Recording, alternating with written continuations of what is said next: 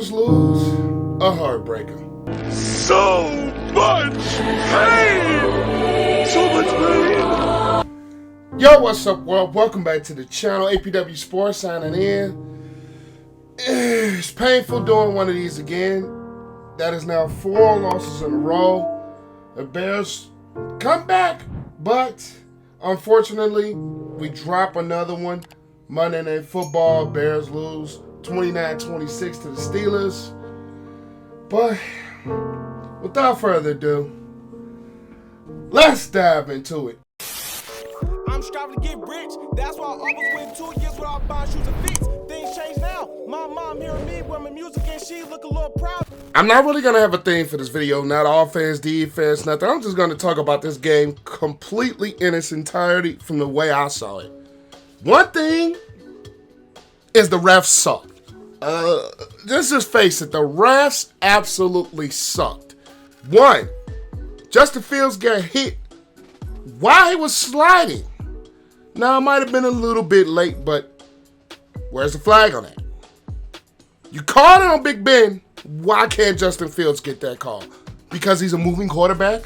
We saw calls like this with Cam Newton in the height of his career in Carolina. He was getting hit like crazy and didn't get those calls. Justin Fields is getting hit like crazy, didn't get the call. Roughing the pass on Justin Fields on the 3rd and goal that, and a couple plays earlier, took a touchdown away, and I'll talk about that briefly a little bit later, but he got hit clearly after he threw the ball. Clearly it was a late hit. Clearly it was a roughing the passer, especially by the letter of the rule and the way they've been calling it all season. But yet, not a single flag. Not a flag. And speaking of that play earlier, they called James Daniels for an illegal block. Number one, he was inside the tackle box. Yeah, Justin Fields was on the move, but James Daniels himself was inside the tackle box in the area of the 2 tackles for a low block that he clearly did not touch TJ Watt. Clearly did not touch TJ Watt. That is blasphemous. That is blasphemous. Call a flag on it. And the Cassius Marsh taunting? That is blasphemous. That is blasphemous. How? What is he taunting? Come on now. Come on now. This taunting rule is got to go. It is making the league even more soft. I don't see where the taunting rule came. And they were talking about doing a broadcast that it was towards the sideline and he was so far off from the sideline, which was true. He's far off from the sideline. He's looking at the Pittsburgh sideline. Where's the taunting? He's not even saying anything. He's just looking at the Pittsburgh sideline. Where's the... Why? Why is there a flag thrown? That is blasphemous. That is blasphemous. Why? This taunting rule is got to go. Now, there were other questionable calls against the Bears that happened this entire game.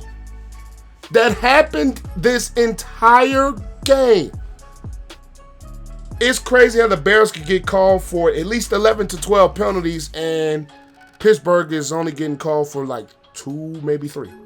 How? Now, a lot of people are going to say the refs cost us this game. The refs did play a part, but I will say the Bears made their own mistakes in this ball game. The Bears made their own mistakes. Now, of course, the refs are going to stand out more because a lot of those calls was just like, why? But Jakeem Grant on the fumble when kickoff shouldn't have happened. The Bears dropped a couple of footballs on offense. Shouldn't have happened. Defensively for the Bears, at the beginning of the game, it looked bad. But the defense started to get things together as the game went on. Now, offensively for the Bears, it looked bad early. It did look bad early. But as the game started to go on, the Bears offensively started to get things together. The Bears offensively started to get things together. David Montgomery started to get his rhythm going, started to get off a couple of nice runs. Now, it was questionable I think Khalil Herbert should have got a little bit more involved. And Justin Fields with his legs, I wanted to see a little bit more of those bootlegs, a little bit more of those rollouts. Albeit TJ Watt did play a couple of those plays really, really solid, and he defended it really, really well. And he really showed potential of why he is a Defensive Player of the Year candidate.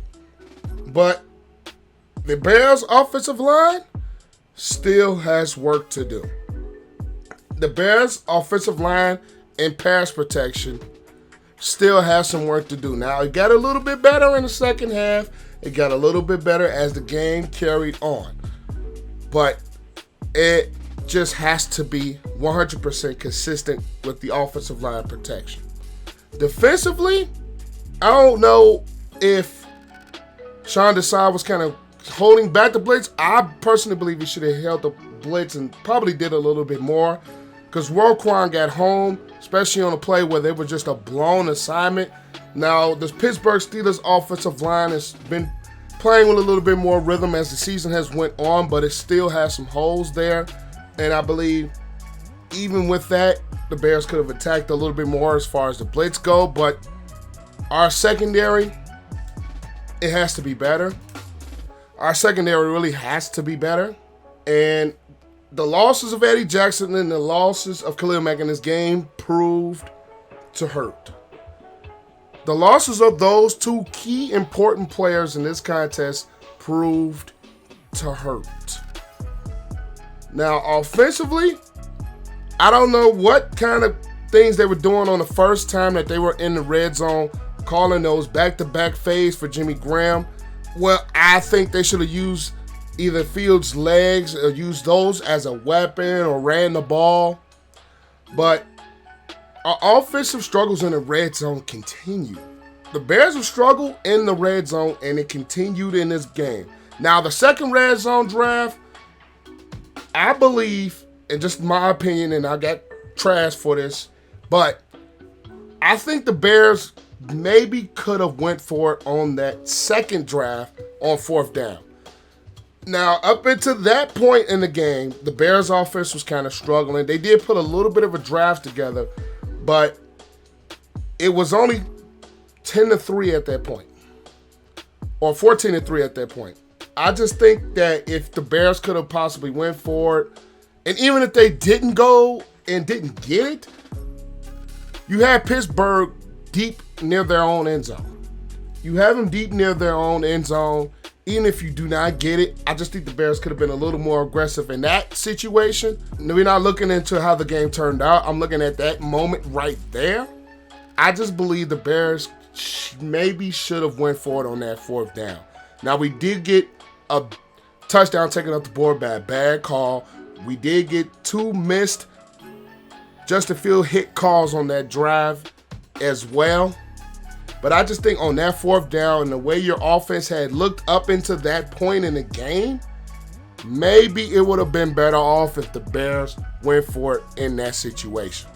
Now, one thing I will give the Bears offense credit, they still fought in this game. They still were able to climb back in this game offensively. As the game went on, we can see the growth of Justin Fields. We can see the absolute growth of Justin Fields as a quarterback, as the ability to make reads quicker. Now, I've said that he does have a slight ability to hold the ball in the pocket a little bit too long. And I believe as this game goes on and as this season has gone on for Justin Fields, he has improved tremendously with his decision-making, quick decision-making, and if he doesn't like what he sees, he is not as hesitant to take off and use his legs as a weapon. He is improving in that area tremendously. He is improving in his decision-making area tremendously. Now, there were a couple of throws that Justin Fields made that maybe made a little bit questionable, trusted his arm maybe a little bit too much. But he has the zip on his throws to get them in his window. And Kmet, I do want to talk about Kmet. I'm happy to see that he is starting to get more involved. I'm happy to see that Kmet is starting to make an impact in this Bears offense, and he made a really good impact tonight. Now, Jimmy Graham had passes that he dropped. He had a touchdown that was on the board, but was taken out by that stupid penalty that wasn't really a penalty. But I just like the fact that they did make an effort to involve the tight end more in this offense. And I've said a couple of times during a couple of weeks that the tight ends need to be involved more for this Bears offense to be a success. Now, I think in this game particularly, it might have been a little bit of the best showing that this Bears offense has had. It might have been the best showing. Justin Fields proved of why you went up to take him in that draft, and you see the growth of Justin Fields start to go up and up. And on that touchdown drive by Darnell Mooney, I like the fact that they used Darnell Mooney's speed to their advantage. Not just in a passing game. I like the little jet sweep motion that got him in that run, and he basically got into the end zone untouched. And I like that. And I like the fact that the Bears were a bit more aggressive. I like the fact that the Bears took more shots down the field. Especially against the Steelers secondary that plays a lot of zone, and they started to see some holes in that Steelers zone defense. And the last drive, Justin Fields was poised. He's making accurate throws, pushing the ball deeper down the field, driving them and getting them the potential game-winning score. Plays like that, and you like to see your young quarterback who's still in development pull off a drive like that, and that is a huge positive that you can take from this ball game with Justin Fields and this Bears offense despite a loss. Despite a loss, you see the growth, and you see the poise, and you see the calm of your young rookie quarterback. And which was why I pushed so hard for the Bears to draft him. Now, Bill Lazor made some good calls.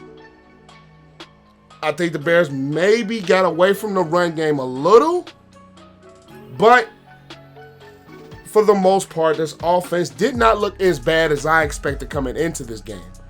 Now, the Bears defensively, you can tell that the presence of Mack and the presence of Eddie Jackson was mixed, especially in coverage with Eddie Jackson. The Bears in coverage missed Eddie Jackson. There were a couple of throws where Big Ben had some time, and had Khalil Mack have been able and healthy, he might not have had that same amount of time. Now, we've seen Akeem Hicks get hurt yet again in this ball game, and I think that hurt tremendously. Eddie Goldman played a hell of a football game. He disrupted a hell of a lot, and I think he played a really solid game. I'm not going to look at any stat sheets. I'm looking at the eye test and the way he was able to blow the rookie center more off the ball and cause havoc.